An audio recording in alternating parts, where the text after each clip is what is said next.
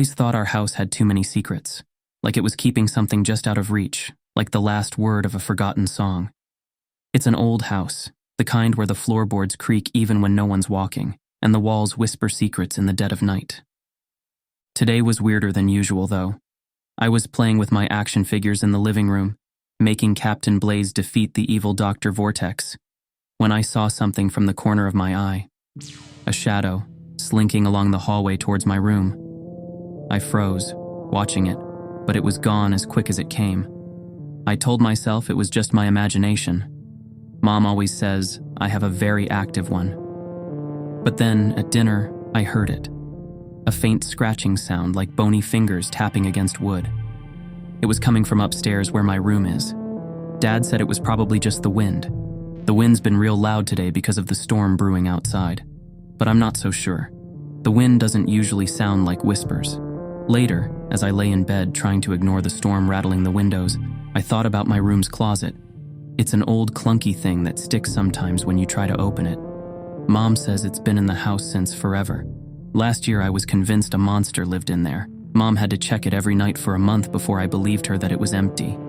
I don't believe in closet monsters anymore. I'm 10, not a baby. But tonight, the closet feels different, like it's watching me, waiting. I pull my blanket up to my chin and stare back at it. The closet door is firmly shut, but I can't shake the feeling that something's off. The storm outside is getting worse. Thunder crashes, making me jump, and the whole house seems to shake. Lightning flashes, and for a split second, I see it. A figure, tall and thin, standing in front of my closet. My heart leaps into my throat. I blink, and it's gone.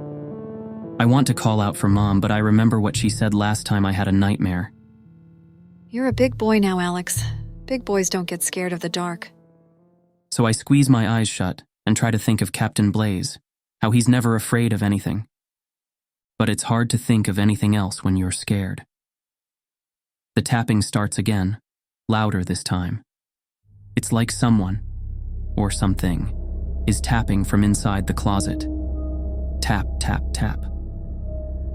I bury my head under the pillow, trying to block out the sound. It doesn't work. The tapping continues, and now, I'm sure it's not the wind. It's too rhythmic, too deliberate. I remember the shadow I saw earlier, and wonder if it's connected to this. Maybe there really is something in my closet. Then, as if the closet heard my thoughts, the tapping stops. Everything goes silent. Too silent. The storm outside seems to have paused, holding its breath. I lift my head, curiosity nudging out my fear for a moment. That's when the closet door creaks open. I'm frozen, staring at the sliver of darkness that's now visible. My room feels colder, like the air itself is holding a secret. The closet door stops moving, but I can feel something there, in the dark, watching me. I think about shouting for Mom and Dad, but my voice feels stuck. I'm scared they'll think I'm just being a baby. So, I just watch the closet, my heart pounding in my chest like it wants to escape. Then I see it. A shape starts to form in the darkness of the closet.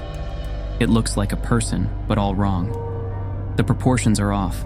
Too tall, too thin, stretching in ways that don't make sense. My breath catches in my throat.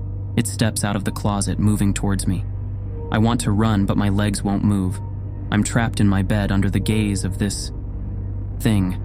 It's getting closer, and I can see now that it looks like Mom, but not really. It's like someone took a picture of Mom and twisted it into something scary. Alex? It whispers, and its voice is like Mom's, but filled with something dark and cold. That's when the lightning flashes again, bright and blinding.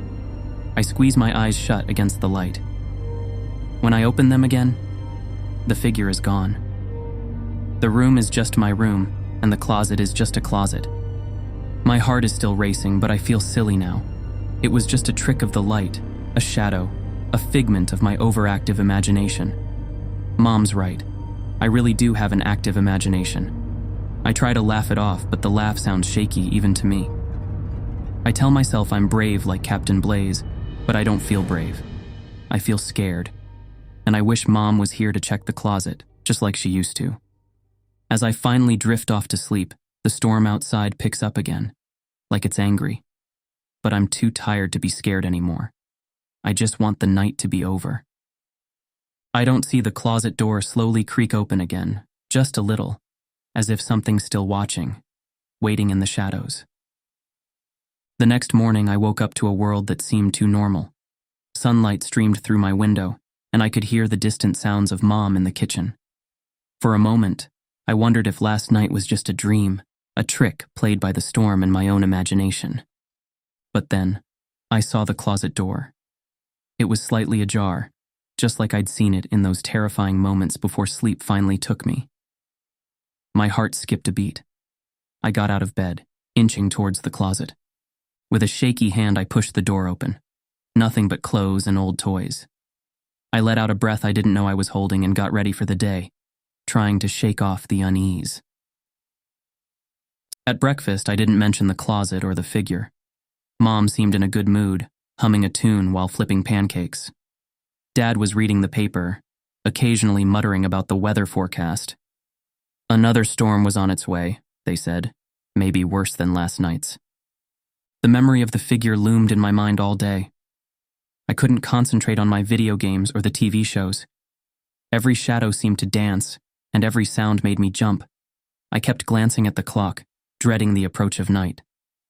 As evening fell, the sky turned dark, ominous clouds rolling in like waves of a stormy sea. The wind howled, angry and relentless, and rain battered against the windows. I sat in my room, watching the storm, feeling as if it was mirroring the turmoil inside me. Dinner was a quiet affair. The power flickered once, making my heart leap into my throat. Dad said it was nothing, just the storm. But I couldn't shake the feeling that it was a sign, a warning. I remembered then a story that old Mrs. Henderson from next door had told me once. She said our house was special, that it had been here longer than any other in the neighborhood. It's seen more than its fair share of lives and deaths, She had whispered, her eyes wide and serious. Some say it keeps a bit of each soul, especially in that old closet of yours. I had dismissed it as just another of her spooky tales.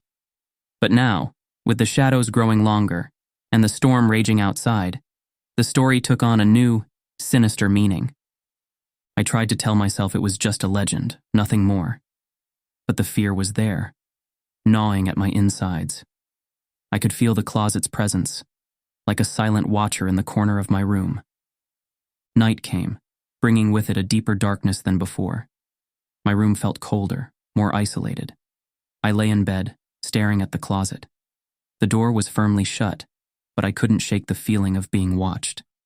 Then, it started again. The tapping from inside the closet. Tap, tap, tap. It was like a heartbeat, slow and steady. I pulled the covers up to my chin, trying to ignore it, but it was impossible. The tapping grew louder, more insistent. I remembered the figure from last night, how it had looked like Mom but wasn't her. The thought sent shivers down my spine. I didn't want to see it again, didn't want to face that twisted version of my mother. But as the tapping continued, curiosity and fear mingled inside me. I had to know if it was real or just another hallucination, a product of the storm and my fear. Gathering every bit of courage I had, I slid out of bed and crept towards the closet. The tapping stopped, replaced by a deafening silence. My hand trembled as I reached for the doorknob. I opened the closet slowly, bracing myself for what I might find. But there was nothing, just clothes hanging limply and old boxes filled with forgotten things.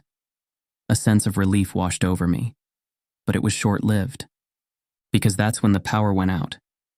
The room plunged into darkness, the only light coming from the occasional flashes of lightning. I stood there, frozen, as my eyes adjusted to the darkness. And then I saw it. The figure was back, standing in the corner of my room. It looked more real this time, more solid. And it was moving towards me, its movements jerky and unnatural. Alex. It whispered, its voice a distorted echo of my mother's. Alex, come here. I wanted to run, to scream, but my body wouldn't respond. I was trapped in the darkness with this thing that wore my mother's face. It reached out a hand towards me, and I could see its fingers were too long, the skin too pale. I felt a cold dread settle in my stomach. This was no hallucination. This was something else, something far more terrifying. As it drew closer, the room filled with the sound of the storm outside, as if the wind and rain were in the room with me. The figure was inches away now, its face obscured by shadows. Then suddenly, a bright flash of lightning illuminated the room, and for a split second, I saw its face clearly. But it wasn't a face. It was a void, an abyss that pulled at my very soul. I opened my mouth to scream, but before a sound could escape me, the room went dark again. And in that darkness, I heard a new sound, a low, menacing growl coming from the closet. The figure was gone, but something else was there. Something far worse. The closet door creaked open wider, and I heard the sound of something crawling out, moving towards me with a sinister slowness. I backed away, my heart pounding in my chest as the growl grew louder, closer. And then, just as I thought it would reach me, everything stopped. The storm, the growl, the darkness. Everything was silent. I stood there holding my breath, waiting for something to happen. But there was nothing, just the sound of my own heartbeat. Then, out of the silence came a voice, so soft it was almost a whisper, but unmistakably my mother's. Alex, It said. it's time. And that's when I felt a cold hand grip my shoulder.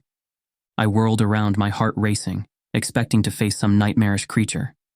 But my hand, acting almost on its own, had already slammed the switch up, flooding the room with light. The room was empty, just as it had always been. No figures, no monsters, nothing but my familiar toys and books. My breath came in short, rapid gasps as I tried to make sense of it all. It was a hallucination. It had to be. The storm, the darkness, they were messing with my mind. I was letting my imagination run wild again. But then, I heard footsteps, quick and light, coming up the stairs. The door burst open, and there stood my mother, her face etched with concern. Alex, what's wrong? She asked, rushing to my side. I heard you scream. Her voice, warm and familiar, should have comforted me. But something was off.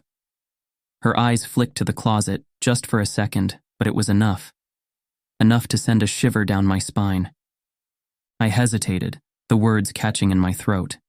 Could I tell her? Would she believe me? But I needed to tell someone, needed to share this burden that was getting too heavy for me to carry alone. I saw something, Mom, I stammered. in the closet. It looked like you, but it wasn't you. It was scary. Her face changed then, the worry shifting into something else, something I couldn't quite place. Was it fear? Guilt? It was gone in an instant, replaced by a reassuring smile. It was just a dream, Alex. She said softly, brushing my hair back with her hand. Just your imagination. There's nothing to be afraid of. But the way she glanced back at the closet told me she didn't believe her own words. There was something she wasn't telling me, something about this house, about that closet. I wanted to press her to ask her what she knew, but the words wouldn't come out. Instead, I nodded, pretending to be reassured. She tucked me into bed, kissing my forehead before she turned to leave. Try to get some sleep. She said, her voice gentle.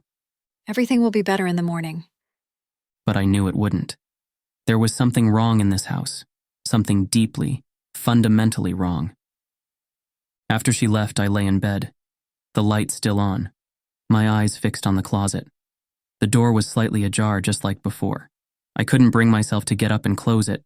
I couldn't bring myself to get near that closet again. So I just watched it, waiting for something to happen. But nothing did. The storm outside had calmed, and the house was quiet. Too quiet. It was like the calm before the storm, a tension hanging in the air, thick and heavy. I must have drifted off at some point because the next thing I knew, I was jolted awake by a sound, a soft, barely audible whisper, coming from the closet. Alex, It was my name. Whispered so softly it was almost lost in the stillness of the room. But I heard it, clear as day. I sat up, my heart pounding in my chest. The room was dark, the light having been turned off at some point. The only illumination came from the moonlight filtering through the curtains. The closet door was wide open now, the darkness inside it looking deeper, more impenetrable than ever. I felt a pull towards it, a morbid curiosity mingling with my fear. I slid out of bed, my feet touching the cold floor. I walked towards the closet, my body moving of its own accord. Every instinct was screaming at me to stop, to run away, but I couldn't. I had to know. As I reached the closet, I peered inside. It was empty, just a space filled with old clothes and forgotten toys. But then, my eyes adjusted to the darkness, and I saw it.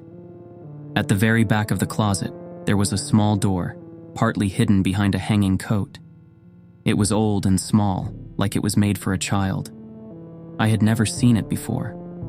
I reached out, my hand trembling, and opened it. A rush of cold air hit me, and I heard a sound, a faint, distant sound. It was like a child crying, but it was coming from somewhere else. Somewhere not in this house, not in this world. I stepped through the door and everything went black. And in that darkness I heard a voice that chilled me to my bones. Welcome, Alex. It whispered. We've been waiting for you. And then, something grabbed me, pulling me into the abyss. When my senses returned, I found myself lying on a cold, hard floor. A sliver of moonlight seeped through a crack somewhere above, casting a ghostly glow over the space. I was in a room, but not my room. This was somewhere else, somewhere hidden within or beyond the closet. Sitting up, I looked around, my eyes adjusting to the dim light. The room was small, with walls lined with shelves filled with odd trinkets and dusty books. Cobwebs adorned the corners, and a musty smell hung in the air, like this place hadn't been touched in years. I got to my feet, my legs shaky. The first thing that caught my eye was an old photograph frame on one of the shelves. I reached for it, my hands trembling. The photo was old and faded, but I could make out the image. It was a family, a father, a mother, and a child. The child, it looked eerily like me. But that wasn't possible, was it? Beside the photograph were other items, a small tarnished silver locket, a handful of marbles that glowed faintly in the moonlight, and a tattered diary. My curiosity piqued. I opened the diary. The handwriting was elegant but faded, the words speaking of sadness and loss, of a family torn apart by tragedy. It mentioned the house, my house, but spoke of it like it was alive, a keeper of secrets and sorrows. I pocketed the locket and marbles and clutched the photo and diary to my chest. I needed answers, and I had a feeling the only person who could give them to me was my mother. As I turned to leave, a sense of dread washed over me. The whisper I had heard, the voice that welcomed me. It felt like a warning, a prelude to something darker. But I couldn't stay in this hidden room forever. Climbing out was harder than I thought. The passage was narrow and seemed to twist in impossible ways. By the time I emerged into my room, it was morning, the first light of dawn casting a pale light through my window. I found my mother in the kitchen, sipping her coffee and looking disheveled. The moment she saw me, her eyes widened, and the cup she was holding clattered to the floor, spilling coffee everywhere. Alex, where have you been? She cried, rushing over to me. I held up the photograph and the diary. I found these in the closet, in a hidden room. Who are these people? Why does that kid look like me? Her face went pale, and for a moment I saw fear flash in her eyes. Then, it was gone, replaced by a mask of frustration and anger. That's just an old family photo. And that room. You shouldn't have gone in there. She said, her voice trembling. It's just an old storage space, nothing more. But her words felt empty, rehearsed, and her eyes kept darting to the items in my hands, especially the diary. Mom, please. I pleaded. I need to know the truth. I saw something in the closet, something scary, and I keep hearing whispers, voices. I'm scared. For a moment, it looked like she might relent, her resolve wavering, but then she hardened again. There's nothing to tell, Alex. she said firmly. You're just letting your imagination get the better of you, that's all. Now give me those things, and we'll put them back where they belong. I hesitated, but her gaze was insistent, commanding. Reluctantly, I handed her the photo and the diary, but I kept the locket and the marbles hidden in my pocket. She took them from me, her hands shaking slightly, and turned away. Go get ready for school. She said, her voice cold. We'll talk about this later. But I knew we wouldn't. There was a secret here, a deep, dark secret that she wasn't ready to share, and I was determined to find out what it was. As I left the kitchen, I felt the locket and the marbles in my pocket. They were my only clues, the only connection to the hidden room and its mysteries. Throughout the day, my mind was elsewhere, consumed by thoughts of the hidden room, the photograph, and my mother's reaction. I needed to know more, needed to understand what was happening in this house. That night, I lay in bed, unable to sleep. The house was quiet. Too quiet. It felt like it was holding its breath, waiting for something to happen. And then, just as I was about to drift off, I heard it. A faint melody, like a music box playing somewhere distant. It was coming from the closet. I sat up, my heart racing. The melody was haunting, beautiful but sad. It seemed to be calling me, beckoning me back to the hidden room. I knew I shouldn't, knew it was dangerous. But the melody was irresistible, pulling me towards the closet like a siren's song. I got out of bed, my feet moving on their own, drawn to the closet door. I opened it, the melody growing louder, more insistent. And that's when I saw it. The back of the closet had opened up again, revealing the passage to the hidden room. But this time, there was a light coming from within, a soft, glowing light that beckoned me closer. I stepped forward, drawn by the melody and the light. And as I entered the passage, the closet door swung shut behind me, plunging me into darkness. But the melody continued, guiding me forward, deeper into the secret heart of the house. I followed the melody through the twisting passage, each turn taking me deeper into the heart of the unknown. The glowing light ahead pulsed gently, like a heartbeat, guiding me forward. I clutched the locket and marbles in my pocket, their presence reassuring amidst the uncertainty. The passage finally opened into the hidden room, now bathed in a soft, ethereal light. The source was a small music box on the central shelf, its lid open, playing the haunting tune that had lured me here. As I approached, the melody grew louder, filling the room with a melancholic harmony. I reached out tentatively and touched the music box. It felt warm, alive almost, and as my fingers brushed against it, images flashed before my eyes. Visions of the family in the photograph filled my mind, laughter, tears, moments of joy and sorrow. I saw the child, so much like me, playing in this very room. But then, the images turned dark, a tragic accident, grief, a family torn apart. The music box slowed, its melody coming to an end, and the visions faded. I was left with a sense of profound sadness, a connection to the family whose life and loss had soaked into the walls of this house. With a heavy heart, I closed the music box and left the room, the passage seemingly shorter on my return. As I emerged into my room, the first light of dawn was creeping through the window. The following morning felt surreal. My parents were quiet at breakfast, exchanging glances that spoke of unvoiced concerns. I wanted to confront them, to demand answers, but something held me back. The memory of the visions was still fresh, a private revelation that I wasn't ready to share. Later that day, while my parents thought I was playing outside, I overheard them talking in hushed, worried tones in the living room. Do you think he knows? My mother's voice anxious and strained. He can't.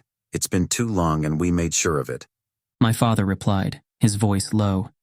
But the closet, the hidden room. He's seen too much. What if he starts asking questions? There was a tremor in her voice. We'll handle it. We always have. My father said, a note of finality in his voice. Their words sent a chill down my spine. They knew about the hidden room, about the secrets it held. But how? And why were they keeping it from me? The rest of the day passed in a blur. My mind was a whirlpool of questions with no answers. The hidden room, the music box, the visions. What did it all mean? That night I lay in bed staring at the closet.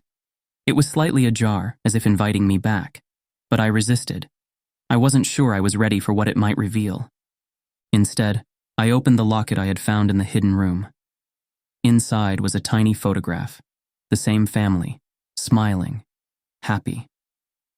It felt like a piece of a puzzle, a link to the past that I couldn't quite place. As I lay there, contemplating the locket and the secrets it represented, a realization dawned on me. This house, with all its mysteries and echoes of the past, was more than just a building.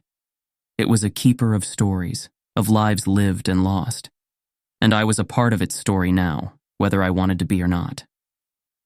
The line between imagination and reality had blurred, leaving me in a liminal space where anything seemed possible. The hidden room, the music box, the visions, were they real or just a product of my imagination? I remembered my mother's words. You're just letting your imagination get the better of you. But was it really just that? Or was there something more, something deeper and more profound hidden within the walls of this house? As the night deepened, I made a decision. I would uncover the truth, no matter how deep I had to dig, no matter what secrets lay buried in the heart of this house. I closed the locket and placed it under my pillow, a talisman against the night's uncertainties. The closet door creaked softly, as if in response, and I felt a shiver run down my spine. But I was no longer afraid. I was determined. This house, with all its shadows and whispers, would no longer hold its secrets from me. I drifted off to sleep, the image of the smiling family and the locket etched in my mind. And in the quiet of the night, the closet door inched open further, a silent invitation to the mysteries waiting within. The morning came, bringing with it a sense of unease that lingered like the remnants of a forgotten dream. I looked at the closet, its door still slightly ajar, and knew that this was just the beginning. The beginning of a journey into the heart of this house, into the heart of its secrets. And as I peered into the shadowed depths of the closet, I felt a connection to the past, to the stories and lives that had unfolded within these walls. It was a connection that I couldn't explain, but couldn't deny. The narrative of my life, intertwined with the history of this house, was yet to be fully written, and I was ready to turn the page, to uncover the truth hidden in the shadows. With a deep breath, I stepped towards the closet, ready to face whatever lay beyond. And as I did, the door creaked open wider, revealing the darkness within, beckoning me into its depths.